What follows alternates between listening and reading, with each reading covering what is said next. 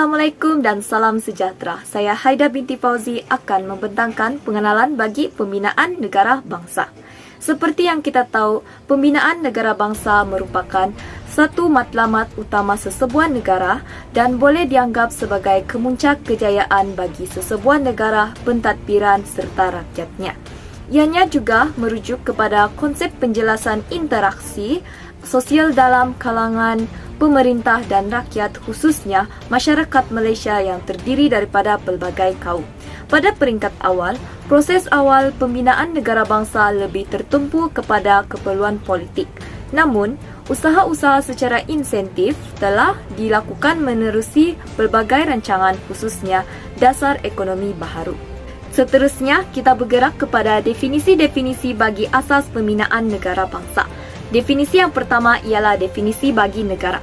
Negara merujuk kepada kawasan yang mempunyai persempadanan yang jelas serta satu organisasi yang terdiri daripada rakyat yang mendiami satu wilayah tertentu. Negara juga mempunyai sebuah kerajaan memerintah yang berkesan melalui perlembagaan dan undang-undang tersendiri. Seterusnya, definisi bagi bangsa. Bangsa merujuk kepada komuniti yang mendiami mana-mana kawasan dan mempunyai tamadun yang dapat digambarkan melalui kebudayaan, bahasa, politik dan ekonomi.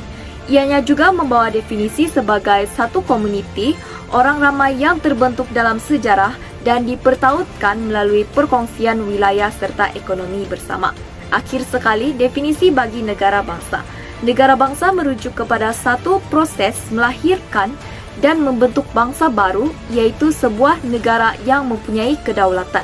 Terdapat 3 syarat utama bagi membentuk negara bangsa.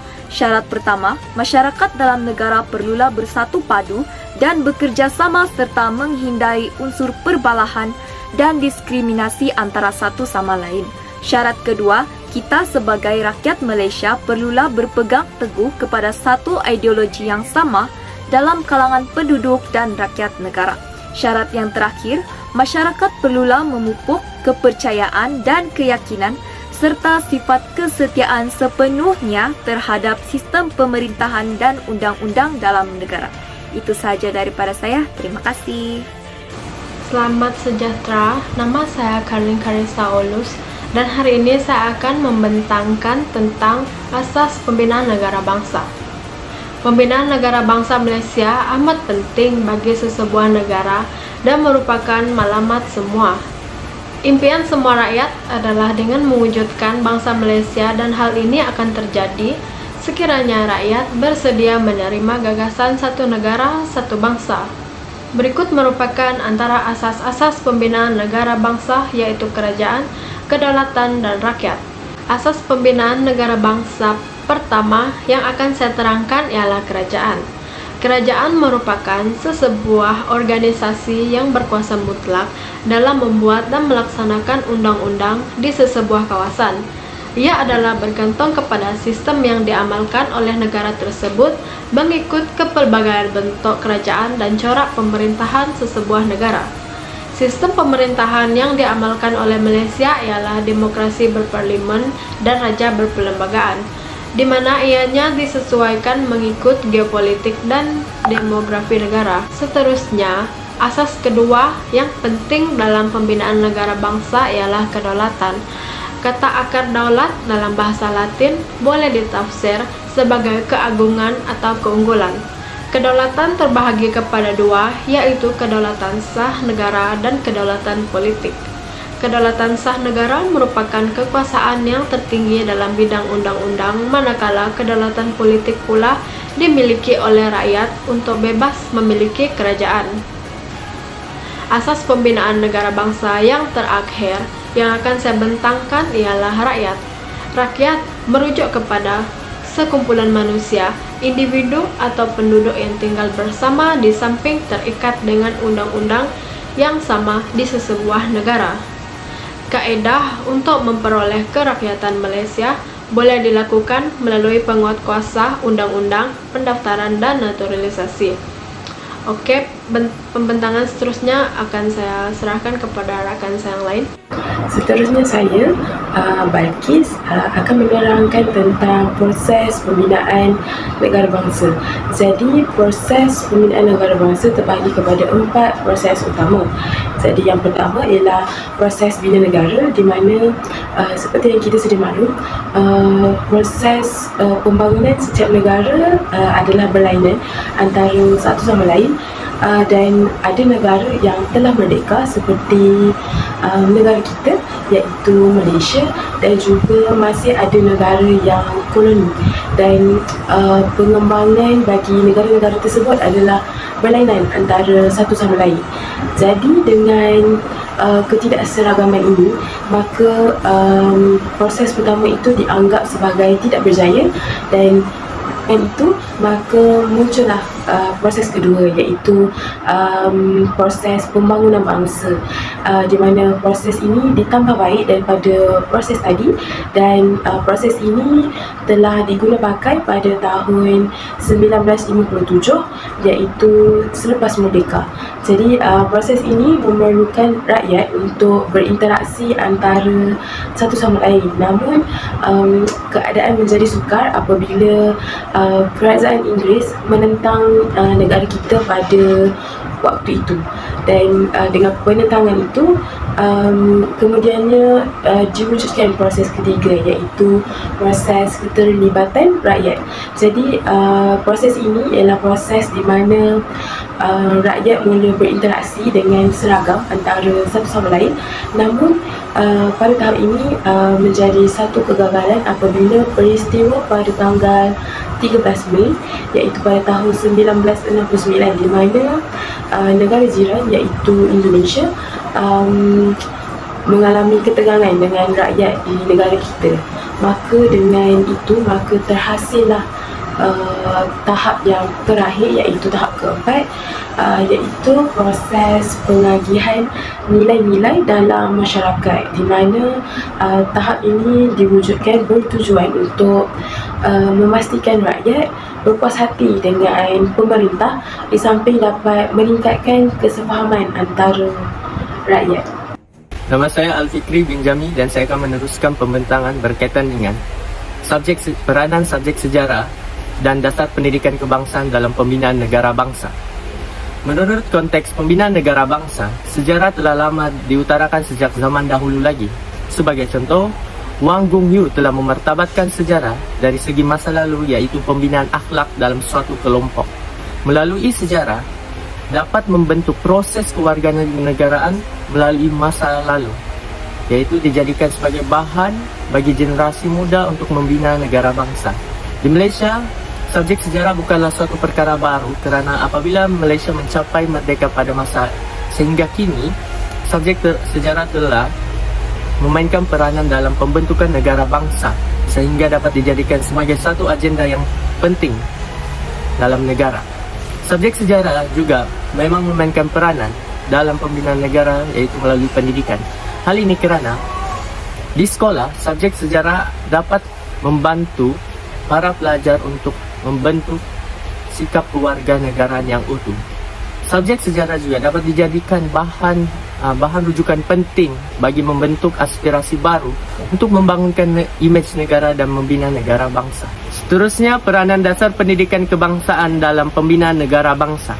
Dasar pendidikan kebangsaan wujud apabila terbentuknya Kabinet Persekutuan Tanah Melayu yang pertama. Pada tahun 1995, selepas pilihan raya, kerajaan telah dibentuk dan pendidikan menjadi alat yang penting untuk membina semangat kewarganegaraan dan perpaduan penduduk di Tanah Melayu.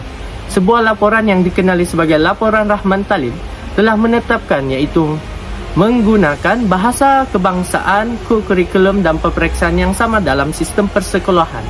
Pada 13 Mei 1969 telah terjadinya rusuhan kaum yang menjadi sejarah hitam bagi negara Malaysia, yang berpunca dari pertembungan kaum.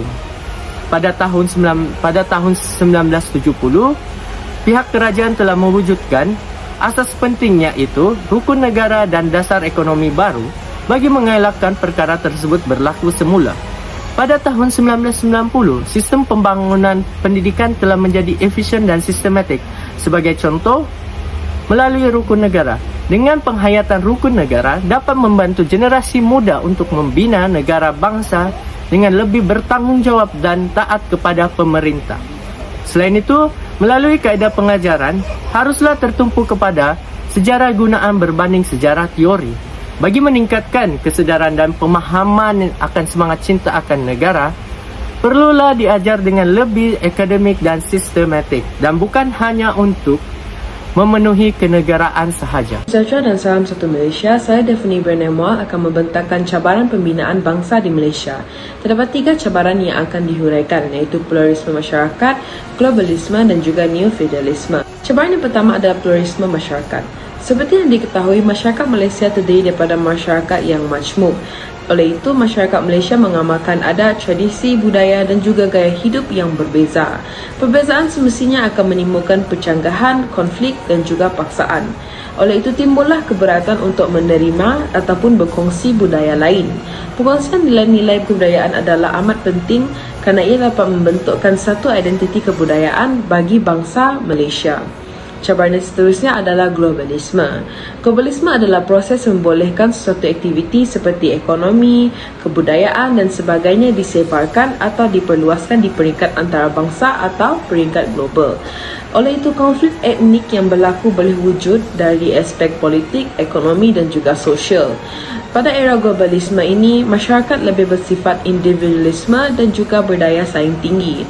Oleh itu, nilai-nilai seperti bekerjasama, bantu-membantu dan saling menyayangi adalah kurang dipupukkan. Cabaran terakhir pula adalah neofeudalisme. Bagi yang tidak tahu, neofeudalisme adalah sistem konservatif yang berkaitan dengan pemerintahan yang diterajui oleh golongan elit. Golongan elit inilah yang menguasai segala aspek iaitu ekonomi, politik dan juga sosial. Oleh itu, jika neofeudalisme ini diamalkan, maka unsur-unsur negatif seperti penyalahgunaan kuasa, penyelewengan, penipuan dan juga kuku besi akan berlaku. Nama saya Nur Ain Syafira binti Hamdani, nombor metrik BG21110343. Saya akan membentangkan mengenai cadangan pembinaan negara bangsa di Malaysia. Terdapat beberapa cadangan bernas bagi melancarkan proses pembinaan negara bangsa di Malaysia. Salah satunya ialah pengagihan nilai-nilai masyarakat. Hal ini dikatakan sedemikian kerana proses pembinaan negara bangsa Malaysia hampir mencapai ekspektasi. Sifat toleransi, saling membantu dan persefahaman mampu meningkatkan kualiti integrasi antara kaum di Malaysia. Jika tiada inisiatif diambil bagi mengekalkan momentum ke arah bangsa Malaysia, maka perkembangan yang ada kini akan menjadi sia-sia sahaja. Oleh itu, semua usaha yang dilakukan oleh kerajaan ataupun mana-mana pihak berkuasa haruslah tidak bersifat berat sebelah dan tidak menyebabkan golongan tertentu merasa terpinggir maupun diabaikan. Dalam erti kata lain, pendekatan yang diambil sewajarnya bersifat adil dan sama rata tanpa mengira perbezaan latar belakang. Seterusnya, dengan menanamkan semangat cinta akan negara. Semangat cinta akan negara merupakan salah satu akar umbi dari pembinaan negara bangsa yang lebih progresif. Ianya penting untuk warga Malaysia menganggap diri mereka sebagai bangsa Malaysia yang terdiri daripada bangsa Melayu, Cina dan India. Bagi menanamkan semangat patriotisme di kalangan warga negara Malaysia, gagasan Satu Malaysia telah diperkenalkan. Seterusnya, dengan menjadikan bahasa Melayu sebagai bahasa kebangsaan negara. Umum diketahui bahawa termaktub dalam Perlembagaan Persekutuan Tanah Melayu 1957 melalui Perkara 152, bahasa Melayu merupakan bahasa kebangsaan negara Malaysia. Namun begitu, setelah Malayan Union dimansuhkan, Perjanjian Persekutuan Tanah Melayu tetap mengekalkan bahasa Melayu dan bahasa Inggeris sebagai bahasa rasmi dalam Majlis Mesyuarat Kerja Persekutuan, kecuali catatan dalam bentuk penulisan mestilah dibuat dalam bahasa Inggeris. Rentetan senario tersebut, penghakisan sedikit demi sedikit penggunaan bahasa Melayu sebagai bahasa rasmi mula membimbangkan para golongan cendekiawan yang berpendapat bahawa ini merupakan tanda penjajahan British yang sangat ketara ke atas negeri-negeri Melayu dan masyarakat Melayu. Pencapaian kemerdekaan pada tahun 1957 telah membawa satu sinar baru kepada bahasa Melayu di bawah Perkara 152 Perlembagaan Persekutuan. Selamat sejahtera, Madam. Nama saya Surumala Ana Prabhas Senggoden dari HC19. Matrik nombor saya ialah BG21110340. Hari ini saya nak bentangkan tentang rumusan. Secara kesimpulannya, membina sebuah negara yang sempurna bukanlah sesuatu yang mudah. Apatah lagi, sebuah negara seperti Malaysia. Dengan peningkatan kepelbagaian kaum dan bangsa dari latar belakang sejarah, bahasa dan budaya yang berbeza, persoalan dan isu yang kompleks timbul. Seperti resipi makanan, etnik bukan sahaja pelengkap rasa, tetapi bahan utama dalam mencipta hidangan yang lazat dan sihat. Walaupun kesukaran dan pelbagai sebab ini mungkin tidak mungkin, tetapi ia tidak mustahil dalam amalan. Melalui pengalaman sejarah yang dibimbing secara sistematik, khususnya melalui sektor pendidikan, impian dan negara bangsa mungkin menjadi kenyataan. Sejarah dan pendidikan berusaha menjadi alat untuk mencapai hal ini dan kemudian bentuk bangsa Malaysia yang setia pada identitasnya dan tidak dapat dipisahkan dari bangsanya. Itu saja daripada saya. Terima kasih.